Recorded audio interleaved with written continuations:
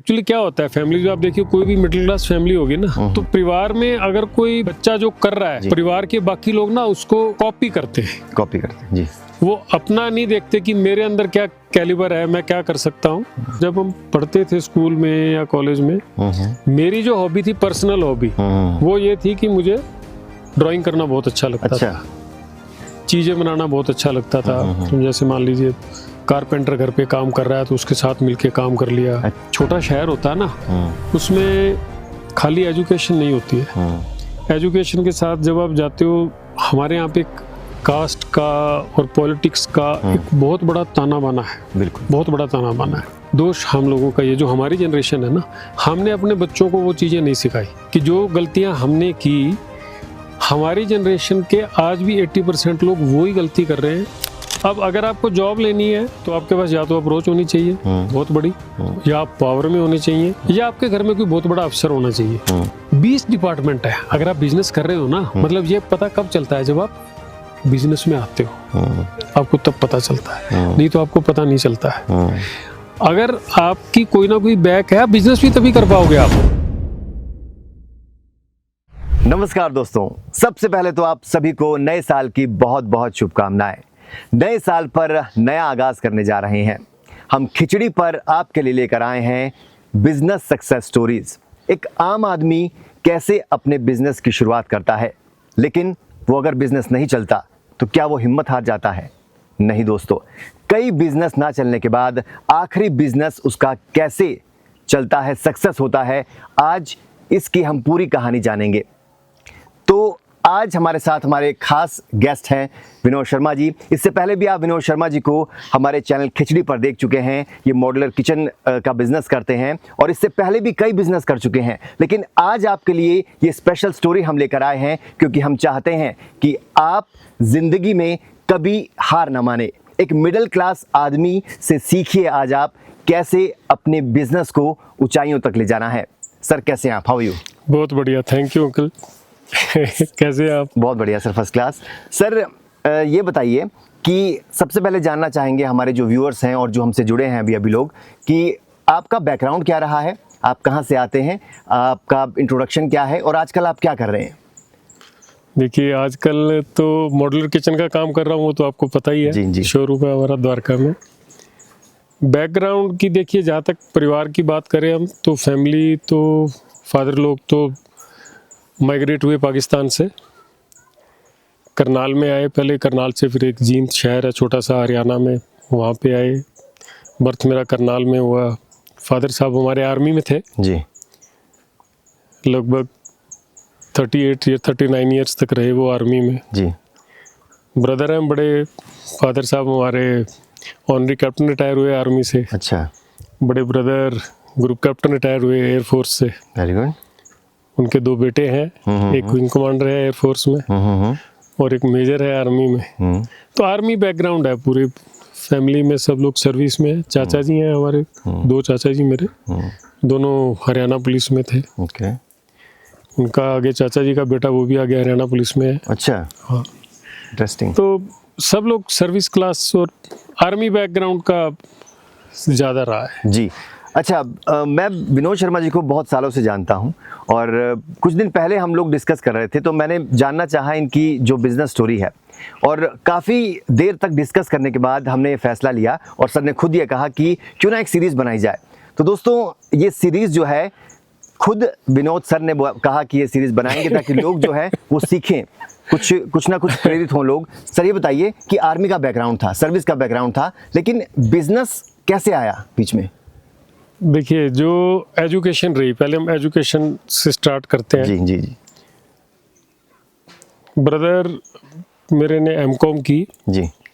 हमने एक्चुअली क्या होता है, फैमिली जो आप देखिए, कोई भी मिडिल क्लास फैमिली होगी ना, तो परिवार में अगर कोई बच्चा जो कर रहा है, परिवार के बाकी लोग ना उसको कॉपी करते हैं जी। वो अपना नहीं देखते कि मेरे अंदर क्या कैलिबर है, मैं क्या कर सकता हूँ। वो ये देखते हैं कि वो बड़े ने क्या किया, मुझे वही करना है जी। तो हमारे यहाँ पे भी वही चला। भैया ने एमकॉम की, तो हमें लगा भी हमें भी, वो बैंक में गए तो हमें भी बैंक में जाना है। अच्छा। हाँ। ग्रेजुएशन की मैंने जाट कॉलेज जींद से, पोस्ट ग्रेजुएशन की एमडी यूनिवर्सिटी से, रोहतक से। जी। एमकॉम की। अब जब बीकॉम की तो ये बताया गया कि बीकॉम कर लो, बैंक में क्लर्क लग जाओगे। अच्छा। That's all. जी। मतलब जो मैक्सिमम जो हाइट थी वहाँ पे बोलने की वो यही थी कि आप बीकॉम कर लो, बैंक में क्लर्क लग जाओगे। जी। बीकॉम कर ली। बीकॉम में एक मतलब जनरल स्टूडेंट थे, ऐसा नहीं मैं बोलूँगा कि हम कोई बहुत इंटेलिजेंट थे या कुछ ऐसा था। एक साधारण से स्टूडेंट थे, तो बीकॉम कर ली। बीकॉम के बाद एमकॉम में एडमिशन के लिए कर दिया अप्लाई, तो एमकॉम में एडमिशन हो गया। जब एमकॉम में एडमिशन हो गया तो पता चला जी पीओ का भी कोई टेस्ट होता है, सिविल सर्विसेज के भी टेस्ट होते हैं। ये आजकल तो ये प्रॉब्लम नहीं है, लेकिन उस टाइम ये प्रॉब्लम थी। मैं बात कर रहा हूँ 80s की, 79 80s की। उस टाइम कोई गाइड करने वाला नहीं होता था जी। मैक्सिमम ये होता था कि आप गवर्नमेंट जॉब में कहीं क्लर्क लग जाओगे, बीकॉम कर लोगे तो आप बैंक में क्लर्क लग जाओगे, ग्रेजुएशन कर लोगे वैसे अगर आप आर्ट वाली तो आप कहीं दूसरे डिपार्टमेंट में क्लर्क लग जाओगे। मतलब एक बड़े लेवल के कंपटीशन के लिए आपको कोई गाइड करने वाला, कॉलेज में लेक्चरर्स भी नहीं होते थे, वो भी कभी आपको ऐसे नहीं समझाते थे कि आपको किसी बड़ी जगह पे जाना है।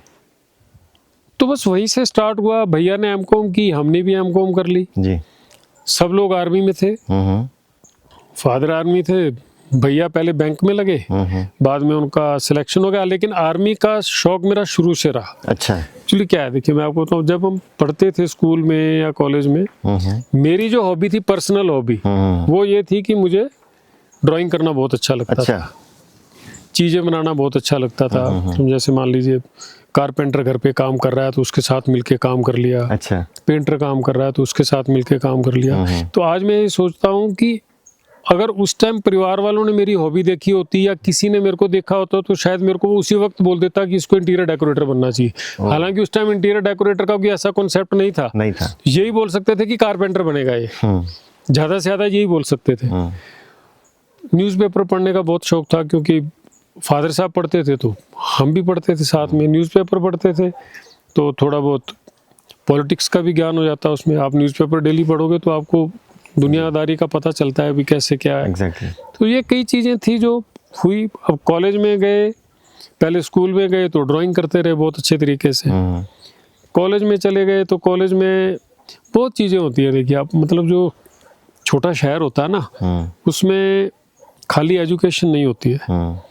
एजुकेशन के साथ जब आप जाते हो, हमारे यहाँ पे कास्ट का और पॉलिटिक्स का एक बहुत बड़ा ताना बाना है। बिल्कुल, बहुत बड़ा ताना बाना है।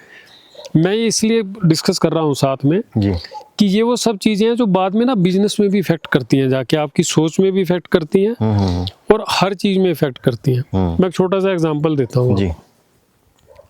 हमारे यहाँ पे ना कास्ट का बहुत सिस्टम चलता है। मान लो मैं ब्राह्मण हूँ, अब हम लोग 8 बच्चे थे कॉमर्स के, सिर्फ 8 बच्चे जो हम बीकॉम फाइनल तक पहुँचे। 2 सिख थे हमारे साथ, 2-3 जाट थे, मैं ब्राह्मण था, 1-2 आजकल तो अगर आप बोल दोगे तो हो सकता है कोई का आपके ऊपर केस भी कर दें।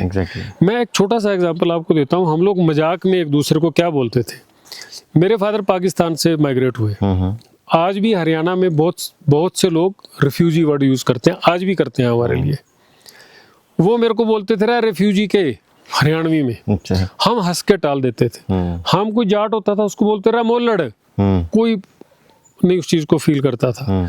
कोई था उसको बोल देते थे गिंडल। मतलब एक जनरल लैंग्वेज होती थी। ऐसा नहीं है कि वो आदमी उसको नीचा दिखाने के लिए कुछ बोलता था या कोई आदमी मेरे को चिढ़ाने के लिए कुछ बोल रहा है।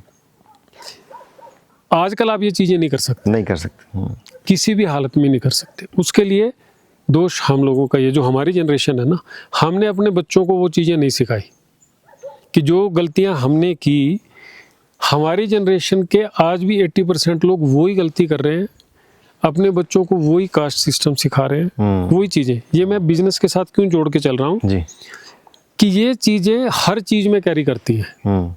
समाज में अगर वो चल रही है ना, तो आप ये देखना कई बार ऐसा होता है, जाट की दुकान है, जाट पे ले आएंगे माल। पंजाबी आदमी है तो वो बच्चे को कहेगा वो पंजाबी की दुकान है ना, वहां से माल अभी भी छोटे शहरों में तो अभी भी होती हैं। हाँ, आज भी होती है ये, लेकिन फिर भी बहुत कम हो गया। मेरा कहने का मतलब ये है कि अब जैसे मान लीजिए मैं जॉब करना चाहता था, अब ये मैं उसको जोड़ रहा हूँ कि मैं जॉब करना चाहता था तो मैं क्यों नहीं गया जॉब में। अब अगर आपको जॉब लेनी है तो आपके पास या तो अप्रोच होनी चाहिए बहुत बड़ी, या आप पावर में होने चाहिए, या आपके घर में कोई बहुत बड़ा अफसर होना चाहिए, या आपके पास रिजर्वेशन होनी चाहिए। नहीं तो आपको जॉब नहीं मिलेगी। मतलब नहीं मिलेगी ऐसा नहीं कि नहीं मिली, लोगों को मिली, लेकिन 100 में से 5 लोगों को मिलेगी। 95 लोग ऐसे होंगे जो स्ट्रगल करते रहेंगे हमारी तरह। टेस्ट ऐसा नहीं है कि हम बिल्कुल ही मतलब तो एजुकेशन में बिल्कुल भी थर्ड क्लास थे, ऐसा भी नहीं था। कंपटीशन दिए, सब कुछ दिया, लेकिन नौकरी में हम नहीं जा पाए क्योंकि ना हमारे पास पैसा था, बिल्कुल मिडिल क्लास से आते थे, बल्कि आप लोअर मिडिल क्लास कहेंगे। मतलब फादर आर्मी में सिपाही थे, सूबेदार लास्ट तक रहे वो। जो अब रिटायरमेंट हुई तो ऑनरी कैप्टन रिटायरमेंट हुई, उनको एक मतलब उन्होंने अच्छी जॉब की तो उनको एक ऑनरी रैंक दिया गवर्नमेंट ने, वो एक सिस्टम है वहाँ पे। अब एमकॉम कर ली, उसके बाद हमने आर्मी के लिए ट्राई की। ऐसा नहीं कि ट्राई नहीं किया, ट्राई किया आपने? ट्राई किया, 2 बार एसएसबी फेस किया मैंने। अच्छा। लेकिन नहीं कर पाया। मतलब उसमें क्या है, बहुत लंबा सिस्टम होता है। आपका पहले रिटन टेस्ट होता है, फिर आपका साइकोलॉजिकल टेस्ट होता है, फिर आपका मेन इंटरव्यू होता है, फिर आपका मेडिकल होता है। तो मैं मेन इंटरव्यू तक तो दोनों बार गया मैं, मतलब वो जो 3 दिन का एक प्रोसेस होता है। लेकिन एक दिमाग में थी कि बहुत ज़्यादा पीछे नहीं भागूंगा मैं। अच्छा। 2-3 अटेम्प्ट दूंगा, अगर हो जाता है तो ठीक है, अगर नहीं होगा तो फिर मैं बिजनेस कर लूँगा। अच्छा। लेकिन बिजनेस ऐसा करूँगा कि कुछ लोगों को मैं अपने साथ जोड़ सकूँ। एक मतलब आप उसको कुछ भी कह सकते हो। मतलब बचपन से ही हमारे फादर साहब ने या पेरेंट्स ने हमें एक वैसा लोगों की हेल्प करने का एक संस्कार दिया हमारा, रोजगार देने के लिए भी। तो हाँ, तो वो एक दिमाग में रहता था। तो इसलिए आप खुद को एक्सीडेंटल बिजनेसमैन बोलते हैं? हाँ, तो मैं तो एक्सीडेंटल बिजनेसमैन बना। अच्छा। हाँ, फ्रैंकली स्पीकिंग जी। मतलब जॉब करना चाहते थे, मतलब कि जॉब नहीं मिली तो हम बिजनेसमैन बन गए। अच्छा। अब परिवार में किसी ने बिजनेस किया नहीं है, किसी ने भी बिजनेस नहीं किया। अब कॉलेज में भी हम देखते थे, कॉलेज में हमारे फ्रेंड्स भी थे। अब पॉलिटिक्स की बात करूं मैं तो कॉलेज में अब जब फाइनल ईयर में गए, हम बीकॉम फाइनल ईयर में, ये पुरानी यादें अब आज आपने याद दिलवा दी हैं तो थोड़ी सी आपके साथ शेयर करता हूं। हम लोग कुल 8 बच्चे थे। कॉलेज में इलेक्शन हुआ प्रेसिडेंट का, जाट कॉलेज था जिससे हमने ग्रेजुएशन की। तो बट नेचुरल है कि उस पर्टिकुलर एक कम्युनिटी का वहाँ पे दबदबा रहेगा, होल्ड रहेगा और रहा हमेशा से। अब क्या होता था, सीआर के वोट होते हैं, मतलब क्लास रिप्रेजेंटेटिव जो होता है उसका एक वोट होता है जी। तो टोटल आप मान लीजिए, अब तो शायद मुझे याद नहीं, 35 या 36 सीआर होते थे कॉलेज के जो प्रेसिडेंट चुनते थे। ओके। तो हमारा जैसे कॉमर्स डिपार्टमेंट था तो उसमें 8 सेक्शन थे।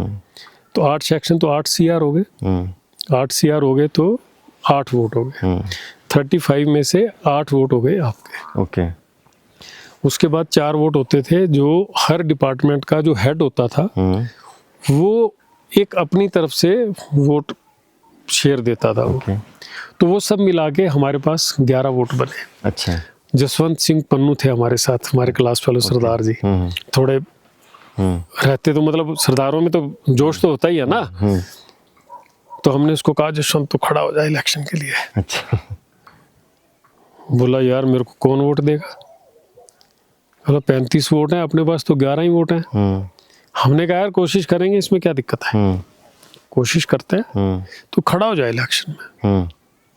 उसको ना जी हमने पंप मार मूर के इलेक्शन में खड़ा कर दिया। अच्छा। अब उसके मुकाबले में जो आदमी खड़ा है वो उस कम्युनिटी का है और बहुत टाइम से वो प्रेसिडेंट के लिए, क्योंकि उसको तो पॉलिटिक्स में आना है, पॉलिटिक्स, हमारे को पॉलिटिक्स में नहीं जाना है, हम शौकिया कर रहे हैं काम वो। अब वो बंदा इलेक्शन हुआ जी, हम लोगों ने बहुत मेहनत की। जो उनको हमें लगता था कि उनको वोट नहीं दे सकते, उनको मिले जाके 5, 10 दिन 15 दिन तक बना, और लास्ट वाले दिन तक एक ऐसा सिस्टम बन गया कि कंपटीशन ऐसा आ गया कि सबको दिखने लग गया कि 2 वोट पे गेम चलेगा। नेक टू नेक फाइट है, नेक टू नेक फाइट हो गई। अब ये चीज उनको भी समझ में आ गई। लेकिन उस बंदे को तो प्रेसिडेंट बनना है बाई हुक और बाई क्रुक। जसवंत को तो बनने ही नहीं देना। पहली बात कि वो कॉमर्स डिपार्टमेंट है, कॉमर्स डिपार्टमेंट में टोटल स्टूडेंट ही 76 है। पूरा कॉलेज एक तरफ और उसका प्रेसिडेंट बन जाए जिसके 76 स्टूडेंट है, पॉसिबल ही नहीं है। पॉसिबल नहीं है। अब वो चीजें आज भी होती हैं, ऐसा नहीं है कि आज नहीं होती। इलेक्शन हुआ जी, हमारे साहब एक वोट से हार गए। ओह अच्छा। अब वो जिस एक वोट से हारे वो भी हमें पता था, क्यों हारे वो भी हमें पता था। हम लोग सिनेमा हॉल में मूवी देखने चले गए इलेक्शन का रिजल्ट आने के बाद। आप बिलीव करेंगे अंकित जी, मूवी चल रही है, लगभग 200 लोग बैठे हैं मूवी देख रहे हैं। जो आदमी प्रेसिडेंट बना वो लगभग 50-60 लड़के लेके हॉल में एंटर कर गया। अच्छा। सबके हाथ में स्टिक्स। ओह। हम 7-8 लोग बैठे, समझ में तो आ गई पॉलिटिशियन के साथ थोड़ा सा भी लिंक है। अच्छा। आपको ना तो सेल टैक्स वाला पकड़ेगा आके, अरे अच्छा। ना आपको कोई लेबर डिपार्टमेंट वाला पकड़ेगा आके। अच्छा। 20 डिपार्टमेंट है। अगर आप बिजनेस कर रहे हो ना, मतलब ये पता कब चलता है, जब आप बिजनेस में आते हो आपको तब पता चलता है, नहीं तो आपको पता नहीं चलता है। अगर आपकी कोई ना कोई बैक है, बिजनेस भी तभी कर पाओगे आप।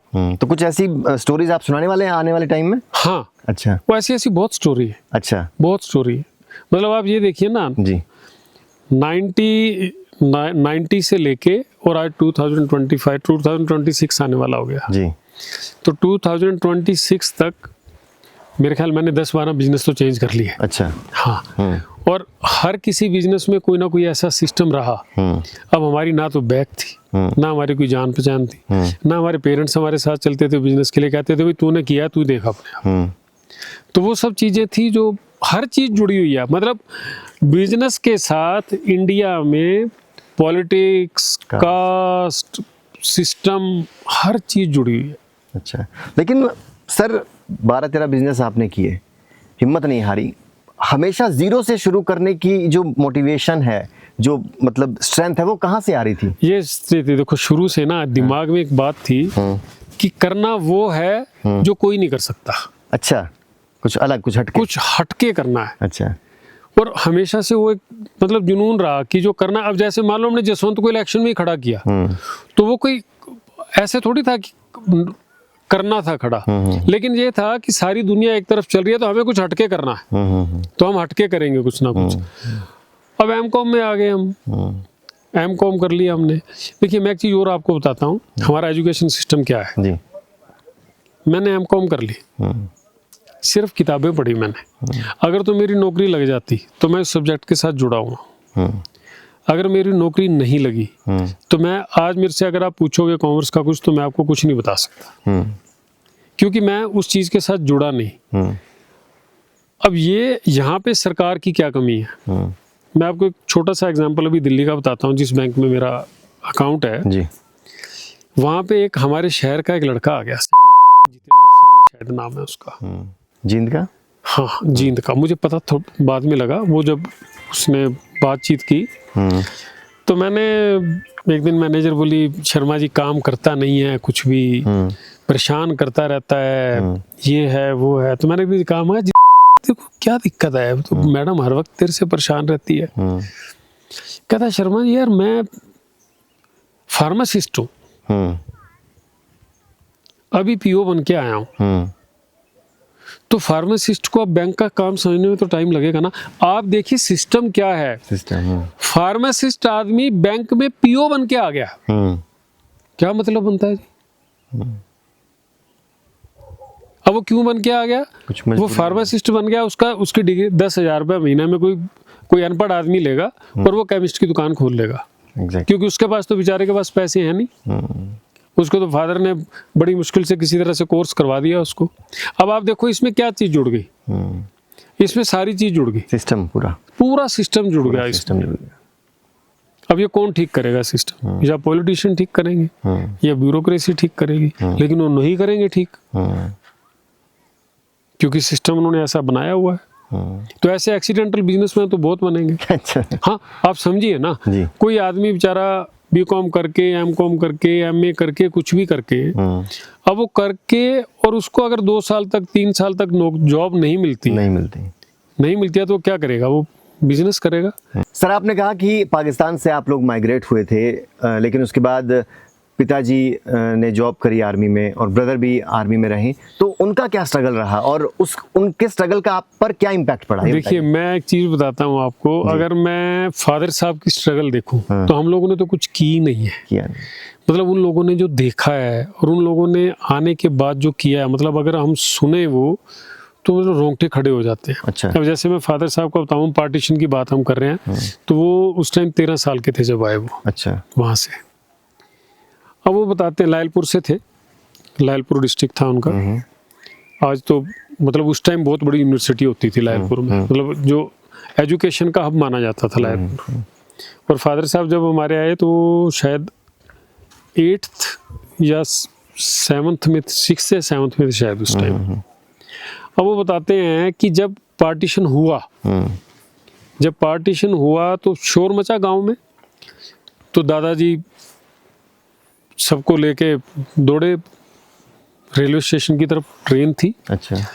हमारे फादर साहब 3 ब्रदर थे और 2 बहनें थी। फादर साहब सबसे बड़े थे, बाकी चारों लोग छोटे थे, और एक सिस्टर तो गोद में थी अभी, वो शायद 5 या 6 महीने की थी बस। अच्छा।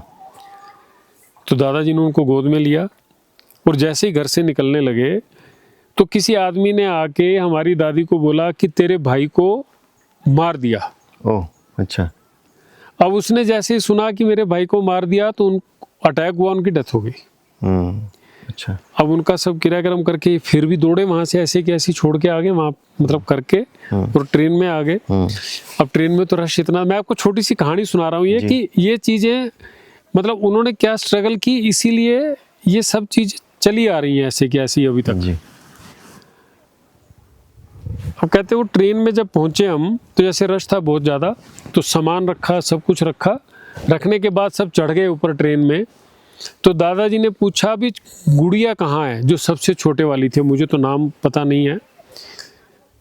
अब बोले ये यहीं तो रखी थी। अब क्या हुआ सर, उसको नीचे रखा और सब लोगों ने उसके ऊपर सामान रख दिया। अरे। तो उसकी भी डेथ हो गई। ओह। उसको साथ लेके आए ये लोग, यहाँ करनाल में उतरे। करनाल के पास में गांव है ब्रास, मतलब छोटी उसमें बता रहा हूँ आपको मैं, वहाँ पे शिफ्ट किए। फादर साहब हमारे 49 में या 49 में या 50 में दर्जी का काम सीखने के लिए नजफगढ़ आ गए। अच्छा। कोई मिलने वाले थे, उन्होंने बोला भी तू नजफगढ़ आ जा और तेरे को वहाँ पे दर्जी का काम सिखा दे। आवाज़ बहुत अच्छी थी उनकी। अच्छा। पढ़ाई में भी ठीक थे, बहुत बहुत अच्छा गाते थे फादर साहब हमारे। तो नजफगढ़ में जैसे रामलीला होती थी ना, तो किसी ने हमारे फादर साहब को गाते हुए सुना, तो वो प्रिंसिपल थे स्कूल के। अच्छा। तो उन्होंने कहा भी तू पढ़ता क्यों नहीं? बोला तो पैसे नहीं है मेरे पास पढ़ने के लिए, मैं तो काम सीखने आया हूँ। बोले भी तू आया कर स्कूल, फीस तेरी हम भर देंगे, तूने एक ही काम करना है, स्कूल में 5 मटके हैं पानी के, ये सुबह सुबह भर के तूने स्कूल में रखने हैं, तूने और कोई खर्चा नहीं देना। तो फादर साहब हमारे बताते हैं कि मैं जो गवर्नमेंट स्कूल है अभी ये मेट्रो स्टेशन के साथ नजफगढ़ वाले के साथ ये स्कूल था, यहाँ से साईं बाबा मंदिर तक कहते टीला होता था पूरा। अच्छा। तो वहाँ एक कुआं था, वहाँ से मैं 5 मटके भर के लाता था सुबह 3:30 बजे, और वो स्कूल में रखता था। किसी को नहीं पता होता था कि ये पानी कौन भरता है। उससे पढ़ाई शुरू हुई उनकी, उन्होंने मैट्रिक की वहाँ से, और साथ साथ में वहाँ पे रामलीला में पार्टिसिपेट करना शुरू किया, राम का रोल करते थे। अच्छा। मैं आपको मजे की बात बताता हूँ, 21 में हमारे फादर साहब गए, 87 उनकी एज थी। 38 ईयर्स वो आर्मी में रहे, 29 या 30 ईयर्स वो आर्मी में रहे, 5 साल तक नजफगढ़ में रहे, 5 साल नजफगढ़ के और लगभग 30 साल आर्मी के, 35 साल वो, 35 साल लगातार वो रामलीला में राम बने। अच्छा। 35 साल लगातार। जब रिटायर हुए तो उसके बाद एक मतलब हम किसी सेक्ट के साथ जुड़े हुए हैं, पूरा परिवार वो उस सेक्ट के साथ जुड़े। 20-25 साल तक उन्होंने वहाँ पे एज ए सत्संग करता, मतलब एज ए प्रीचर उन्होंने किया वहाँ पे। तो लगभग 60 साल उनके ऐसे भी। तब ये चीज़ें उन्होंने हमें कैसे मतलब उनसे हमने ये चीज़ें क्या सीखी हमने। मैं आपको एक छोटा सा एग्जांपल देता हूँ। घर में ना पहले हमारे वहाँ पे जैसे आजकल तो टॉयलेट प्रॉपर बनता है, इंग्लिश सीट है, ये सीट है, पहले ना खुड्डे होते थे, ओपन खुड्डे होते थे, मतलब हमने यूज़ किए हैं कब की बात बता रहे हैं? कॉलेज लेवल तक। कब की क्या मतलब 84 85 तक की 80s बात की आपको बात बता रहा हूँ मैं। 84 85 तक था खुड्डा हमारे घर में। खुड्डा होता है मतलब ओपन होता है, वो आपको वो एक जमादार आता है, वो पूरा आपका पखाना वगैरह उठा के लेके जाता है वो। तो उनके लिए क्या होता था, बाहर मीटर में ना 2-3 गिलास रखे रहते थे, उनको पानी पिलाना है या उनको चाय पिलानी है, तो उनको वो गिलास उनके अलग रखे रहते थे, उन्हीं में डाल के देते थे, वो खुद ही धो के रख के जाते थे। हमारे फादर साहब क्या करते थे, 2 महीने के लिए छुट्टी आते थे। अच्छा। साल में फौजी आता 2 महीने के लिए छुट्टी, तो वो 2 महीने उनको वो अपने साथ बिठा के लंच करवाते थे। जिनको लोग मतलब घर में अपने किसी चीज को हाथ नहीं लगाने देते थे, भेदभाव करते हैं। वो उनको अपने साथ और हमें भी साथ बिठाते थे। अच्छा। हाँ। अब ये जो मतलब मैं एक कास्ट की बात कर रहा था ना, हमें ये चीज सिखाई नहीं गई कभी। चाहे आज कोई बोले ये पंडित है जी इसीलिए बोल रहा होगा, ये तो बड़ी कास्ट है, लेकिन हमें पता है कि हमारे पेरेंट्स ने हमें क्या सिखाया। स्पोर्ट्स की बात बताता हूँ आपको मैं, ये तो कास्ट की बात होगी जो सीखा हमने फादर से। हम लोग अबोहर थे, अबोहर फादर साहब की पोस्टिंग थी, 71 की वार की बात है। उस टाइम हम अबोहर में थे, बॉर्डर पे पड़ता है अबोहर फाजिल का। सुबह 3:30-4 बजे मेरे को और भैया को बाबूजी सुबह सुबह उठा के ले आते थे सैर करवाने के लिए। आप मान के चलिए कि 73 से लेके 92 में मेरी शादी हुई, 92 तक ये हमारा रूटीन रहा कि हम लोग रोज सुबह 3-4-5 किलोमीटर की सैर करते थे। अच्छा। तो उसमें स्पोर्ट्स भी आ गए। जब कॉलेज में गया मैं, तो ये स्टोरी मिल रही है साथ साथ में, कनेक्ट हो गई। तो कॉलेज में गया मैं, तो वो एक दिन मोक्षु जी भी पूछ रहे थे मेरे से, भाई वो कॉलेज में आपने क्या किया था, स्पोर्ट्स का कुछ बता रहे थे, आपको रिवार्ड भी मिला था। अब क्या होता है उसमें भी सब लोग ना गांव के बच्चे ज्यादा डोमिनेट करते हैं, शहर के बच्चे ज्यादा पार्टिसिपेट ही नहीं करते। लेकिन हमें शौक बहुत था स्पोर्ट्स का, बहुत खेलते थे स्पोर्ट्स। ओके। कॉलेज में एनुअल मीट हुई स्पोर्ट्स की। अब जो सूरत सिंह था, मतलब मेरा बहुत अच्छा दोस्त था, वो आर्ट साइड का था, वो हमारे कॉलेज का सबसे अच्छा एथलीट था। ओके। और उसका टारगेट क्या था, भाई उसको कॉलेज का बेस्ट एथलीट बनना है, तो उस बेस पे उसको यूनिवर्सिटी में एडमिशन मिलेगा, क्योंकि वो सर्टिफिकेट मिलता था। उस सर्टिफिकेट की बहुत वैल्यू होती थी। अगर आपके नंबर कम भी हैं तो भी आपको स्पोर्ट्स कोटा में आगे चले जाते हो आप। अब मैंने लॉन्ग जंप में पार्टिसिपेट किया, उसके साथ में फर्स्ट आ गया। ट्रिपल जंप में किया, मैं ट्रिपल जंप में फर्स्ट आ गया। उसके बाद 100 मीटर की रेस हुई, मैं उसमें फर्स्ट आ गया। अच्छा। जेवलिन थ्रो हुआ, मैं जेवलिन थ्रो में फर्स्ट आ गया। अब जब मैं 4 इवेंट्स में फर्स्ट आ गया, अब सूरत सिंह भी सेम मतलब कुछ इवेंट्स कर रहा था, वो या तो सेकंड आ रहा था या कुछ में फर्स्ट आ रहा था, जिसमें मैं पार्टिसिपेट नहीं कर रहा था। जो हमारे डीपीआई थे उन्होंने मेरे को बुलाया। तो मैं हरियाणवी में आपको बताता हूँ कैसे मेरे को ट्रीट किया उन्होंने।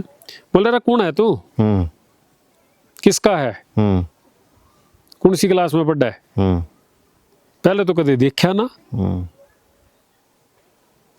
मैं बोला जी मैं तो कॉमर्स डिपार्टमेंट में हूँ। बोले कदे तू प्रैक्टिस तो करना आया नहीं, ये तू कदे उसमें फर्स्ट आ रहा है, कदे उसमें फर्स्ट आ रहा है, छोरे का कैरियर खराब करेगा, कल तक किसी चीज में पार्टिसिपेट नहीं करेगा तू। ओह अच्छा। अब सर क्या दबदबा होता है, तो हम डर भी गए। मतलब आप ये लगाओ कि वो थ्रेट था बेसिकली। और फिर सूरत सिंह आया मेरे पास, मेरा तो बहुत अच्छा दोस्त था वो, उसने बड़े प्यार से मेरे को कहा, बोला भाई विनोद देख तुम लोग तो पढ़ जाओगे, हमने स्पोर्ट्स कोटे में निकलना है। अब अगर तू एक और इवेंट में फर्स्ट आ गया तो फिर बेस्ट एथलीट तू जाएगा, मैं नहीं जाऊंगा। मतलब टोटल इवेंट्स में से 6 या 7 ऐसे में अगर आप आ जाते हो तो बेस्ट एथलीट आपका काउंट होता है। ये भी सिस्टम का हिस्सा, सिस्टम का ये भी एक सिस्टम आज भी चलता है। आज भी चलता होगा। आज भी चलता है ये शहरों में, यूनिवर्सिटीज में आज भी चलता है कि जिस बच्चे को स्पोर्ट्स कोटा में लेके जाना है आपके इंस्ट्रक्टर ने, वो उसी को आगे करके चलेगा वो। हाँ, ये आज भी चलता है। एक और बात आपको बता दूं दोस्तों विनोद जी के बारे में। विनोद जी नेचर लवर हैं, और जहाँ पर इस वक्त हम बैठे हैं लोकेशन जो है इनका खुद का यहाँ पर एक होम स्टे है, और लगभग इन्होंने 650 से ज़्यादा जो है प्लांट्स लगाए हुए हैं अपने घर के सामने वाले पार्क में। उसकी भी आपको झलक दिखाएंगे। तो सर आपको आपके दोस्त और आपके जानने वाले नेचर लवर भी बोलते हैं, ये शौक कहाँ से आया सर, कब से आया, कब से कर रहे हैं ये काम? शुरू से ही है जी। मतलब मैं आपको बताऊं, मतलब खेलना, ड्राइंग करना नेचर के साथ। अब एक बार क्या हुआ, मैं स्कूल से आ रहा था, अच्छा। तो मेरे को शौक था, कभी पप्पी उठा लिया हाथ में, कभी किसी पक्षी को पकड़ लिया, कभी चिड़िया पकड़ ली, चिड़िया के बच्चे को पकड़ लिया। एक बार क्या हुआ, मैंने वाइट टी शर्ट डाली हुई थी, उस दिन पीटी थी स्कूल में। अच्छा। वाइट टी शर्ट डाल के मैं आ रहा था, तो पहले क्या होता था, आप देखना, आजकल तो आपको देखने को भी नहीं मिलेंगे, जो बड़े पेड़ होते थे ना, पुराने पेड़, जी। उनके जो खोखल होते थे, हाँ हाँ हाँ। पैरेट्स तोते उन्हीं में रहते थे। हाँ उनका घोंसला उन्हीं में बनता था जी। तो हमारे स्कूल के बिल्कुल सामने एक बहुत पुराना पेड़ था जामुन का, अच्छा। उसमें बहुत तोते रहते थे। अब मैं निकल रहा, वहां से मैंने देखा है खोखल में से ना छोटा सा बच्चा बाहर की तरफ, उसने पैरेट तोते। हाँ चोंच निकाली हुई उसने। अब मुझे उसको पकड़ना है, ज्यादा ऊंचा था नहीं वो, अब पकड़ूंगा किस चीज से? तो मैंने टी शर्ट उतारी, व्हाइट कलर की टी शर्ट थी, टी शर्ट उतारी और मैंने टी शर्ट समेत उसको पकड़ लिया, ऐसे बच्चे को निकाल लिया बाहर। वो बहुत छोटा था वो, और वो इतना छोटा था कि मेरे को लगाया ये तो तूने गड़बड़ कर दी, ये तो बाहर निकालेगा तो मर जाएगा, ये तो बहुत छोटा है। तो मैंने उसको ना वापस डाल दिया अंदर, पर वो टी शर्ट की तो हालत हो गई खराब, और मैं बनियान में ही चला गया घर। तो मदर पूछ रही है ये क्या क्या किया इससे? अब वो तो समझ तो गई, माँ तो माँ होती है भाई साहब, वो अपना काम पिटाई पिटाई हुई। तो मतलब कहने का वो शुरू से ही है शौक ये। अच्छा। हाँ। तो ये जो यहाँ पर हम जिस लोकेशन पर बैठे हैं सर, ये आपका होम स्टे है, और इसका कब विचार आया, उसकी झलक हम आपको दिखाएंगे दोस्तों। बड़ी ही खूबसूरत जगह पे हैं उत्तराखंड में हम इस वक्त। तो सर इसका विचार कब आया और कैसे आया? ये तो हमारे दोस्त हैं रमेश मुमुक्षु जी। जी। अच्छा। वो हो सकता है आपको कभी बीच में ये सारी चीजों में बोल भी दें कि मैं भी कुछ बोलूंगा। अच्छा। हाँ वो आ सकते हैं, वो कैपेबल हैं, जरूर बोलेंगे आपको। जी। उनके साथ घूमने आते थे हम जी। तो ये प्लॉट उन्हीं के नाम पे थी रजिस्ट्री उसकी। जी। उन्होंने बोला जी मैं तो बना नहीं पाऊंगा, आप बनाओ इसको। अच्छा। हमें शौक था जी बनाने का, हमने बना दिया। जगह बहुत अच्छी है, सामने हिमालय दिखता है, आसपास जंगल है, सुकून मिलता है। सुकून मिलता है। चलिए, ये सोल बस्ती है बेसिकली इस जगह पे। एग्जैक्टली। ये जो जगह है ना, कोई भी आदमी आएगा ना तो ये तो मतलब अब इसका कोई एक्सप्लेन नहीं कर सकते आप। इसको आप महसूस कर सकते हो बस, इसकी कोई एक्सप्लेनेशन नहीं है इस चीज़ की। चलिए, आपने रमेश मुमुक्षु जी की बात की, और अब आपको सीधा लिए चलते हैं जींद और जानते हैं कि सर के दोस्त और रिश्तेदार जो इनको जानने वाले हैं, क्या कहना है उनका विनोद शर्मा जी के बारे में। विनोद जी के हमारा पुराना रिश्ता है बड़ा, और एक मतलब ये लगता है कि एक युग बीत गया जैसे। अच्छा। तो ये हमारी मुलाकात हुई 89 में, 1989। हम दोनों इंडस्ट्री जिला उद्योग संघ में गए थे, डिस्ट्रिक्ट इंडस्ट्री सेंटर, और वहाँ पे हमारा इंटरव्यू था इंडस्ट्री से रिलेटेड प्लॉट के लिए। तो वहाँ से जो है ना हमारी जर्नी एज ए फ्रेंड शुरू हुई। 1989 की बात है? हाँ जी, हाँ जी। अच्छा, तो शुरू से जुनूनी थे कुछ अलग करने? हाँ, शुरू से जैसे मुलाकात हुई तो हम बैठे, इंटरव्यू के बाद फिर काफ़ी टाइम चर्चा हुई, तो मेरे को लगा यार एक्साइटिंग पर्सन है और एक अलग सा जुनून है कुछ कर गुजरने का।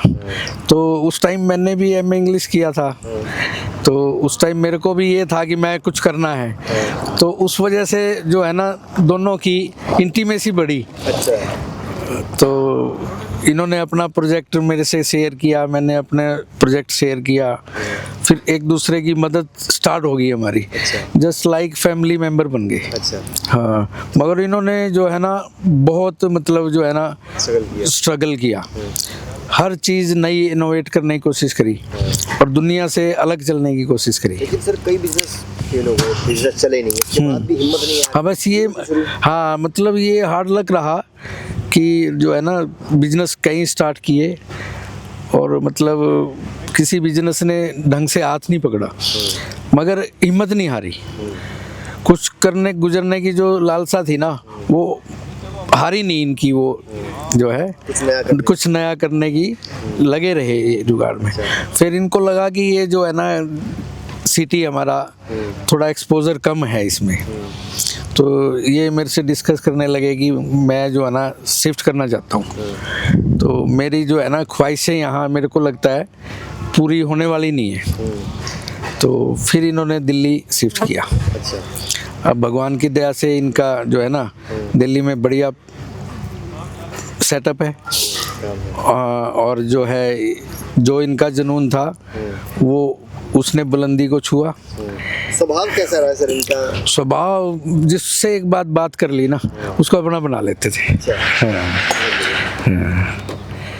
तो मतलब उसके सुख में दुख में और उसकी जहाँ तक हो सकती थी दिन रात एक करके मदद करने की कोशिश करी है। तो सर आप लोग एक दूसरे को मोटिवेट भी करते थे, बड़ी अच्छी दोस्ती रही आप? हाँ, मोटिवेट भी करते थे। और जैसे मैंने अपना प्लॉट इनको भी अलॉट हुआ, मेरे को भी हुआ, फिर मेरे को मशीन के लिए ऑर्डर देने जाना था, तो हमारा just like brotherhood type relation हो गया था। तो ये मेरे साथ चले गए थे, मैं साथ में जाऊंगा मशीन नॉलेज गेन करने के लिए। किस चीज़ की मशीन? मेरी पैकेजिंग इंडस्ट्री की मशीन थी। हम इकट्ठे गए फरीदाबाद, वहाँ पे ऑर्डर दिया, फिर जो है ना मतलब फैमिली मेम्बर की तरह फिर हम दिल्ली ब्रदर थे इनके एयरफोर्स में, वहाँ पे रुके, वहाँ पे खाना वगैरह लिया, जस्ट लाइक फैमिली मेम्बर ही बन गए थे। कोई किस्सा याद हो सर पुराना आपको आपकी दोस्ती का? तो बहुत से हैं। कोई एक शेयर। कितने यार दोस्त हुआ करते थे सर आप? कितने ग्रुप था आपका? हम 4-5 काफ़ी क्लोज थे, 4-5। हाँ, एक सुधीर गर्ग थे, एक हमारे शर्मा जी पंचकुला में हैं, और एक यशपाल गाबा जी थे। तो हम 4-5 दोस्त थे जो काफ़ी नज़दीक थे। अब मतलब सारे अब अपने शिफ्ट हो गए हैं, अकेला मैं ही रह गया हूँ जिनमें। पुरानी दोस्ती के किस्से भी याद आते होंगे सर बहुत आपको? हाँ जी। याद आते हैं? अभी इतने साल बाद मिले हो सर से, तो कैसा? हाँ बिल्कुल, मतलब काफ़ी मतलब जो है ना दिली तमन्ना थी मिलने की, पर बिजनेस की वजह से मिल नहीं पाते थे। तो पीछे बल्कि शादी वगैरह में भी इनवाइट किया तो ये इनको भी आना नहीं हुआ। आज मिलने में कैसा लगा? हाँ, आज मिल के ऐसे लगा जैसे पुराने दिन वापस आ गए। सर विनोद शर्मा जी को कब से जानते हैं आप? विनोद शर्मा को तो 92 ऑनवर्ड जानता हूँ। अच्छा। एक जो यंग एज का जो कैरियर स्टार्ट करने का जो टाइम था विन्नू का भी और हमारा भी। मैं तो चलो कंपनी में एम्प्लॉइज था भी और आज भी हूँ ही, और विन्नू आज मिला 25 साल बाद है, जिससे सारी बातें याद आ गई। अच्छा। वेरी इंटरेस्टेड, बहुत अच्छी फैमिली से है यहाँ। तो इनका अपना घर, फैमिली, और हमारे पास तो यहाँ जो हम इसको विन्नू को देखते थे, जो मेहनती था और जो स्ट्रगल करा लाइफ में, मतलब एक फैक्ट्री को चलाने के लिए, मतलब यहाँ पे हालात इंडस्ट्रियल एरिया ये नहीं कह सकते कि बहुत ज़्यादा सक्सेस था है, लेकिन विन्नू ने बड़ी मेहनत करी थी। लगता तो था ये कुछ ना कुछ जरूर पहुँचेगा किसी न किसी अच्छी पोजीशन पे, और पहुँचा भी है शायद। विन्नू की मैरिज जब हुई उसके बाद मुझे लगता है विन्नू की लाइफ आगे फिर चेंज ही होती गई। उससे पहले तो उन्होंने बहुत मेहनत करी, फैक्ट्री चलाने के लिए पापड़ बेलने पड़ते थे। कोई बैकग्राउंड नहीं था बिजनेस का, उसके बाद भी लगे रहे, कई बिजनेस लगा रहा विन्नू, लगा रहा। हाँ, जो है चले नहीं, उसके बाद भी हिम्मत नहीं हारी। हिम्मत नहीं आ रही, छोटे लोगों से, बड़े से, और मतलब इतना ज़्यादा स्ट्रगल करना पड़ता था, मेहनत की, बहुत मेहनत की।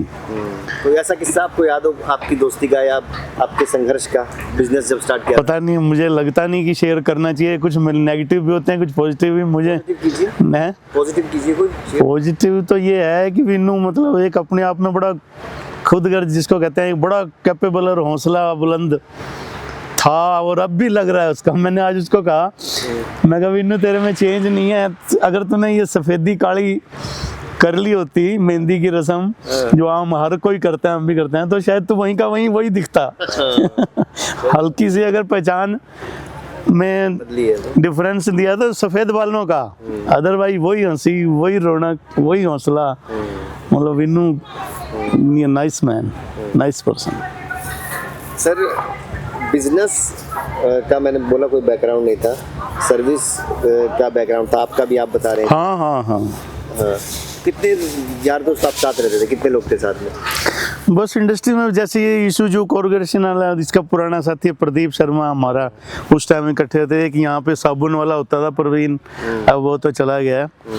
और भी यहाँ के लोग थे, ऑफिस में भी आता था, मिलता था। कई लोग चले गए अब तो, तो आपको मोटिवेट भी करते थे विनोद जी, आपको हौसला देते थे आप लोगों को जब बिजनेस कम चले तो?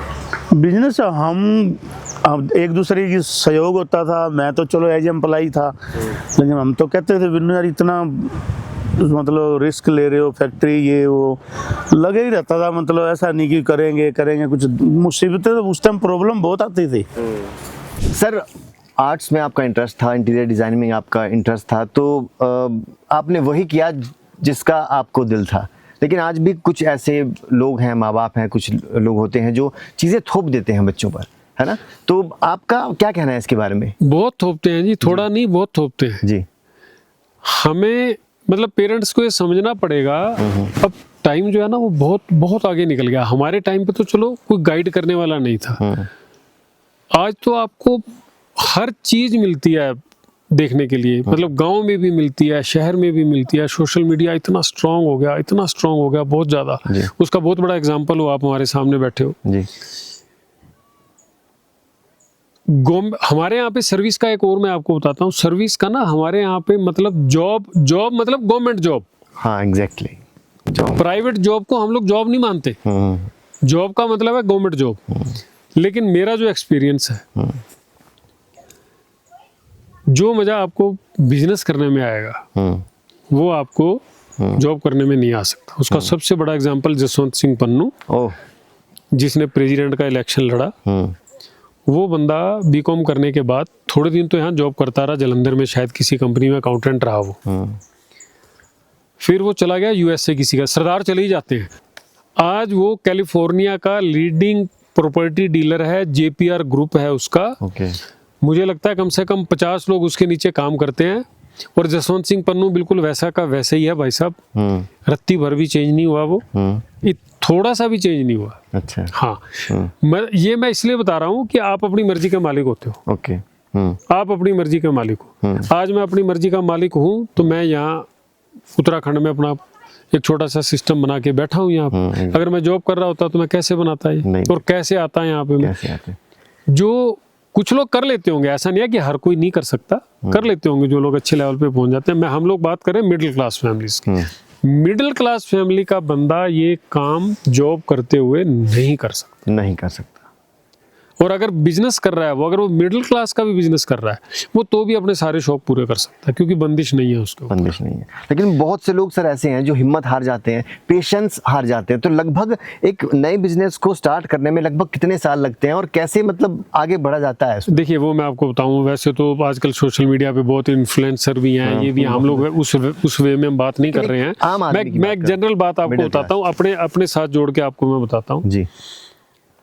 पंजाबी में ना एक कहावत है, हमारे बुजुर्ग बोलते थे पहले साल चट्टी, दूजे साल हट्टी, तीजे साल खट्टी। मतलब पहले साल चट्टी का मतलब पहले साल आपको नुकसान होगा। दूजे साल हट्टी का मतलब इंग्लिश में कहेंगे तो no profit no loss, break even point. Fine. तीजे साल खट्टी का मतलब तीसरे साल आपको प्रॉफिट आएगा। तो मतलब 3 साल तो आपको वेट करनी है। मैं कहता हूँ चलो वो जमाना हम बात कर रहे हैं आज से 70-80 साल पहले, अब फास्ट हो गया, बहुत फास्ट हो गया, तो कम से कम 1 साल तो वेट करनी पड़ेगी। अच्छा। होता क्या है आजकल, पेरेंट्स बहुत हिम्मत करके बच्चे को, देखो 1-2 करोड़ रुपए से कम तो आजकल कोई बिजनेस ही स्टार्ट होता। अब भूल जाओ वो टाइम की 2-4-5 लाख रुपए लगा के आप कोई ये जो दिखाते हैं ना सोशल मीडिया में, 2 लाख रुपए लगाए जी 200 करोड़ रुपए का बन गया, वो कोई आदमी दिखता नहीं है। वो कोई बिरला को होता है, कोई हो सकता है कोई कर भी गया हो, तो कोई बड़ी बात नहीं है। लेकिन आपको कम से कम 1 साल वेट करनी पड़ेगी। ऐसा नहीं है कि आज आपने शोरूम खोला है और आप कल से कैलकुलेशन स्टार्ट कर दो जी, इतने का माल बेचा, इतना मेरा खर्चा हुआ, इतना मेरे को मिला और इतना मेरे को प्रॉफिट आएगा। पेशेंस रखना पड़ेगा और हिम्मत नहीं हारनी है। हिम्मत नहीं हारनी, बिल्कुल सबसे बड़ी बात है। अगर हिम्मत हार के फिर बिजनेस कर ही नहीं सकते आप। बिजनेस का तो मतलब ही स्ट्रगल है। क्या अंबानी स्ट्रगल नहीं कर रहा, अदानी स्ट्रगल नहीं कर रहा? कितना झेलना पड़ता है इनको, चाहे 1-1 लाख करोड़ रुपए के आदमी हो जाए, आज भी 10 बातें झेलनी पड़ती हैं। आप जैसे लोग 70 क्वेश्चन पूछ लेते हैं जाके। एक वैसे एग्जांपल बता रहा हूँ, लोग हो सकता है हंसे मेरी बात को सुन के, लेकिन आप ये मान के चलो कि उनको भी रात को नींद नहीं आती। एग्जैक्टली, उनको भी रात को नींद नहीं आती। तो ये तो बिजनेस का तो नाम ही स्ट्रगल है। स्ट्रगल तो आपको करनी पड़ेगी जी। आने वाले एपिसोड्स में सर एक्सीडेंटल बिजनेसमैन में आप लोगों को क्या बताने वाले हैं? लोग ये भी जानने के लिए बड़े उत्सुक हो रहे हैं कि आने वाली सीरीज, अब पूरी सीरीज चलाएंगे दोस्तों हम, तो आने वाले समय में एपिसोड्स में आप क्या बताने वाले हैं सबको? बहुत कुछ है। देखिए जब बिजनेस करते हैं ना, जी और आप वही लगा लीजिए, अभी मेरे पास पैसे तो थे नहीं, जी ना कोई फैमिली बैकग्राउंड थी बिजनेस की, जी फिर भी हमने बिजनेस किया। ये पता ही नहीं था बिजनेस करना कैसे है, करते कैसे हैं। तो उसमें बहुत से ऐसे किस्से हुए, बहुत सी ऐसी कहानियां हुई जो शायद लोग सुन के हंसेंगे भी, लेकिन मैं ये मानता हूं कि वो चीजें थी जो सब सीख के हम आज तक यहाँ पहुंचे, और हम 10 आदमियों को बोल सकते हैं कि हमने ये गलतियां की, आप वो गलती मत करना। जी एग्जैक्टली। दूसरी बात, बिजनेस कर रहे हो तो मेंटली प्रिपेयर होके चलो आप इंडिया में। हालांकि ईज ऑफ बिजनेस बहुत कुछ बोला जा रहा है, कोशिश भी कर रही है सरकार, मैं सरकार के अगेंस्ट नहीं बोल रहा हूँ, बहुत अच्छा काम कर रहे हैं, लेकिन आप ये मान के चलिए कि हमारा सिस्टम ऐसा है, इतनी बुरी तरह से खराब हुआ है कि आपको सिस्टम के साथ बहुत लड़के काम करना पड़ेगा। 20 डिपार्टमेंट हैं। अगर आप किराना की दुकान भी खोलोगे ना, तो भी आपको हो सकता है 10 डिपार्टमेंट, मतलब छोटी सी दुकान भी अगर आप खोलोगे तो और छोड़ो आप, अगर आप छोले कुलचे बेच रहे हो साइकिल लगा के कहीं फड़ी के ऊपर, मैंने वो भी एक्सपीरियंस लिया। अच्छा। हाँ, वो भी मैं आपको बताऊंगा, वो भी एक्सपीरियंस लिया। अच्छा। मतलब ये नहीं कि मैंने साइकिल पे कोई फड़ी लगाई जाके, लेकिन उस तरह का काम करके मैंने एक्सपीरियंस लिया कि उस आदमी को क्या प्रॉब्लम आ रही है। ओके। उस आदमी के पास भी 5 डिपार्टमेंट आते हैं जो साइकिल पे छोले कुलचे बेच रहा है। बहुत बढ़िया। तो ये सारी जो स्टोरीज है अपनी, बहुत स्टोरीज रियल लाइफ की आप सुनाने अब वाले आपने हैं। पिटारा खोला है तो कोई बात नहीं, हम बताएंगे। बिल्कुल बिल्कुल। बहुत बहुत शुक्रिया आपका विनोद सर समय देने के लिए। तो दोस्तों आने वाले समय में हम बताने वाले हैं, विनोद सर आपको खुद बताएंगे कि कैसे एक मिडिल क्लास आदमी को क्या क्या परेशानियां आती हैं बिजनेस की शुरुआत करने से लेकर उसके सक्सेस होने तक। मैं एक चीज और आपको बताता हूँ जी। सॉरी बीच में बात काटी मैंने आपकी। हमारे इंडिया में ना एक वर्ड यूज किया जाता है, गरीबी। गरीबी। कोई भी गरीब नहीं है हमारे यहाँ पे। गरीबी की परिभाषा अलग अलग है, बहुत अलग अलग है। मैंने बहुत कुछ देखा, मैं आपको बताऊं, आप हंसिएगा मत। हमारे यहाँ पे गरीबी की परिभाषा क्या है, जो बहुत गरीब आदमी है वो साइकिल पे दारू लेने जाता है, जो लोअर मिडिल क्लास है वो स्कूटर मोटरसाइकिल पे दारू लेने जाता है, जो थोड़ा सा अपर क्लास है वो कार में बैठ के जाता है, जी। जो थोड़ा सा और बड़ा है वो पब में जाके दारू पीता जी। है। हमारे यहाँ पे यही परिभाषा है, फर्क। आज आप प्लम्बर ढूंढने चले जाओ आपको नहीं मिलेगा, आप इलेक्ट्रिशियन ढूंढने चले जाओ आपको नहीं मिलेगा, लेकिन वो गरीब है, उसको काम नहीं करना है। आप उसको 500 रुपए का काम दे दो, उसको नहीं करना है, वो कहेगा मेरे को 1000 रुपया चाहिए। 500 खाली बैठेगा पूरा दिन, पूरा दिन खाली बैठेगा। तो हमारे यहाँ पे ना गरीबी नाम का जो एक शब्द चलाया गया ना पिछले 70-75 साल से, वो अब नहीं है हमारे देश में। ये हो सकता है कि डिफरेंस है इनकम का, एक आदमी हर रोज के 200 रुपये कमा रहा है, थोड़ा सा टाइट होकर अपना घर का खर्चा चला रहा है, एक आदमी बहुत ज़्यादा पैसा कमा रहा है। लेकिन अगर हम कहें कि कोई आदमी गरीबी की वजह से भूखा मर रहा है, तो ऐसा हमारे देश में नहीं। काम करेगा तो कोई भूखा नहीं मरेगा, वैसा बिल्कुल काम करना पड़ेगा। बिल्कुल सही बात कह रहे हैं सर। तो दोस्तों अगले एपिसोड्स में कुछ और एक्सपीरियंसेस शेयर करेंगे विनोद शर्मा जी। अगर आपके कुछ सवाल हैं तो हमें कमेंट्स में ज़रूर बताइए। फिलहाल के लिए इतना ही, बने रहिए हमारे साथ।